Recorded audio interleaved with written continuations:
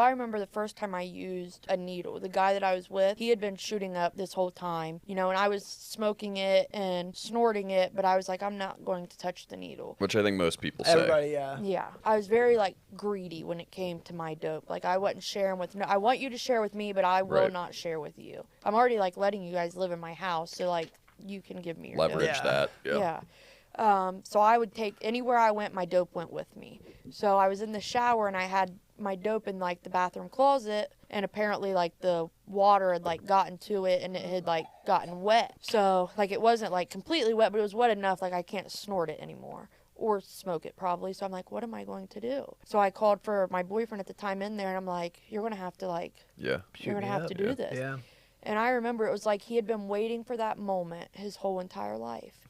He reached above the bathroom mirror and grabbed a Was pop ready to can go.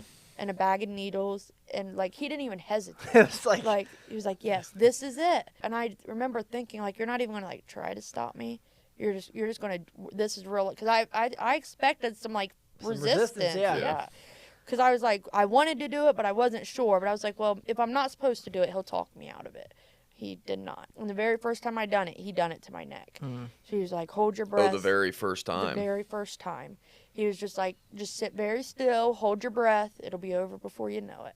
So I'm sitting there, you know, holding my breath, and he does it, and then he leaves and is gone for hours. So I like crawl myself to my bedroom, and I lay there. And I'm real panicky at first. I'm like, I'm going to die. You know, like, this is it. Like, I can't even tell my kids bye. I love you. Like, this is where I die.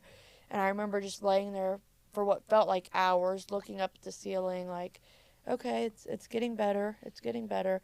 And there was never, after I did it that first time, I never went back to the foil or you the never snorting. can. Yeah, there's It no was like- returning. Yeah.